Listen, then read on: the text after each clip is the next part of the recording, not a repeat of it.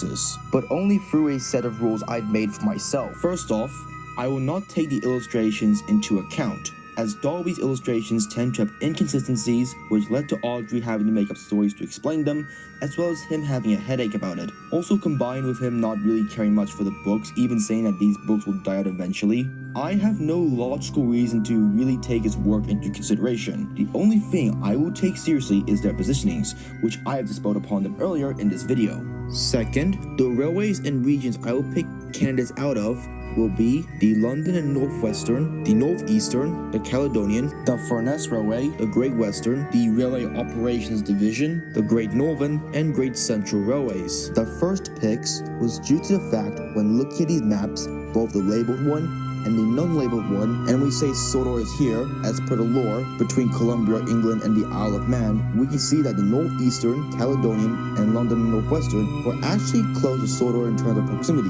And it makes sense, before 1923, how it would have looked to nearby regions beside the Furness and Midland Railways. Speaking of the Furness Railway, I will also be choosing candidates from that railway, since they're literally next door to Sodor. Being once an apprentice at Swindon, which is the works of the GWR, it's likely Topham had made some connections there, which could lead to him being able to loan some engines from the GWR. Much like how William Stanier was able to borrow the plans of the GWR King class when designing his Princess Royal Pacific. The Railway Operations Division have sold off many of their ROD-280s to companies like the Great Central, London Northwestern, and the Great Western Railways, even loaning them to the Great Western during the First World War. So perhaps in the early 1920s, the NWO could have gotten some ROD-280s loaned to help them getting on their feet. As for the Great Central and Great Northern, given had managed to purchase Gordon, GNR A1 Pacific, who definitely would have been in the GNR region of the LNER, perhaps by 1923, by the time the LNER is formed, some engines from those regions could have been loaned off to the Northwestern Railway due to poor performance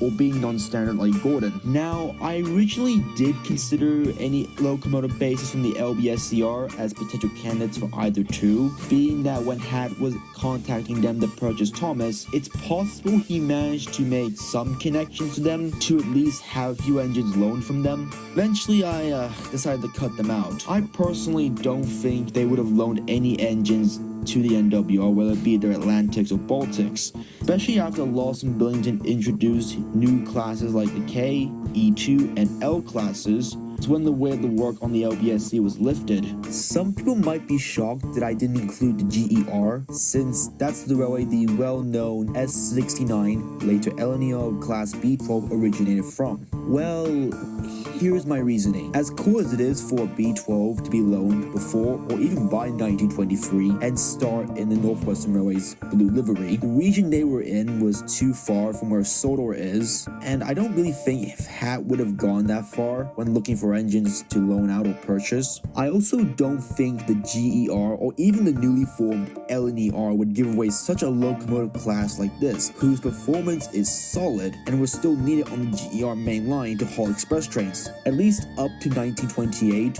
when the B-17s took those duties away from them. While I like them, and I get why a lot of people would probably choose this for 98462, I just don't see it being loaned off to the NWR before or even by 1923, unless of course they were being loaned by the time the B-17s were taking away their express duties.